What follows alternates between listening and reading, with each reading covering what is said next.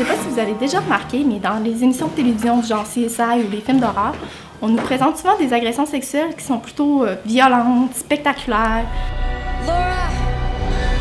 C'est toujours des inconnus qui vont surprendre leurs victimes au détour d'une ruelle en pleine nuit ou des pervers qui vont s'infiltrer dans leur maison pour les attaquer sauvagement.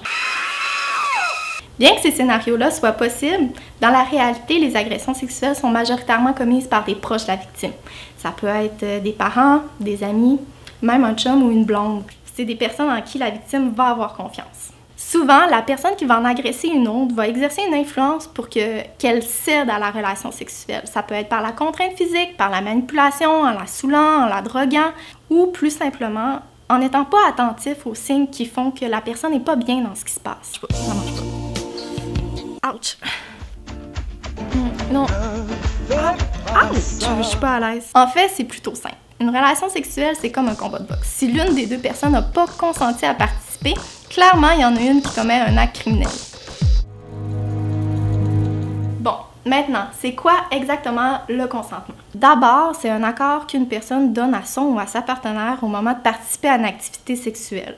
Je souligne ici le « au moment de ». Si on avait prévu de faire quelque chose de nature sexuelle le samedi suivant, puis que rendu là, j'en ai plus envie, mon consentement n'est plus valide. Non seulement ça, mais je peux retirer mon consentement à tout moment, même si c'est pendant la relation sexuelle. Aussi, le consentement doit être libre et éclairé. Le consentement doit être donné volontairement. Si on me tord un bras pour que je dise oui, qu'on insiste alors que je dis non, c'est pas un consentement libre et éclairé. Au fond, on doit toujours avoir la possibilité de refuser les avances de quelqu'un. Autrement, c'est pas un consentement valide. Même plus. C'est là que je veux. S'il te plaît. Ah, s'il te plaît. Oui, mais c'est là que j'ai le goût. Ah, mais tu voulais hier, tu voulais tantôt, là tu veux plus. Ah, je savais là, que tu m'aimais pas vraiment. En tout cas. Pourtant, ce genre de comportement-là est toléré, voire encouragé dans notre culture.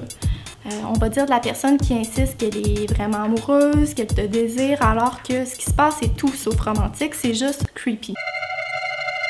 C'est hyper important de rester attentif au langage corporel de la personne, aussi au changement d'atmosphère. Parce qu'autrement, elle nous dira peut-être pas verbalement ce qui va pas. Elle pourrait se sentir gênée ou avoir honte. Bref, faut être à l'écoute. Si je suis comme ça. Ça va pas, là. Ça marche pas. Faudrait peut-être vérifier que je suis partante parce que j'ai pas de l'air dedans. Même si le consentement n'est pas obligé d'être verbal, le silence, quant à lui, n'est pas une forme de consentement. Il doit être accompagné de gestes enthousiastes.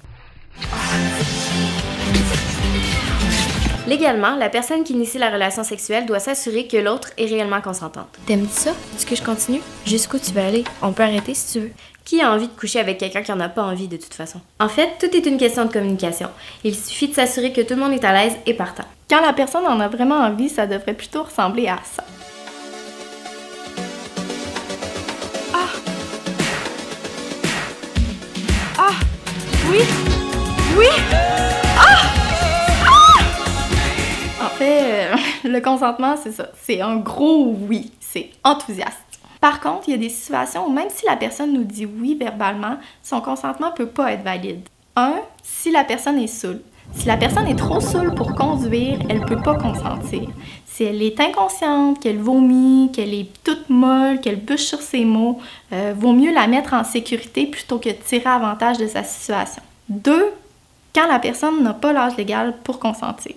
Au Canada, l'âge minimum pour consentir à des relations sexuelles est de 16 ans. Par contre, à partir de 12 ans, on peut consentir à des relations sexuelles en autant que ce soit avec des jeunes de notre âge. Dans tous les cas de figure, le consentement n'est pas valide si l'autre personne se retrouve en position d'autorité ou de confiance par rapport à nous.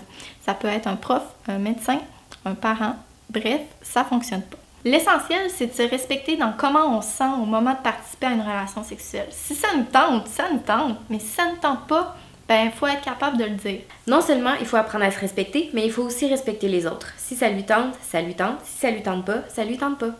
Et je tiens ferme, l'œil sur ma ferme, tu éclaires.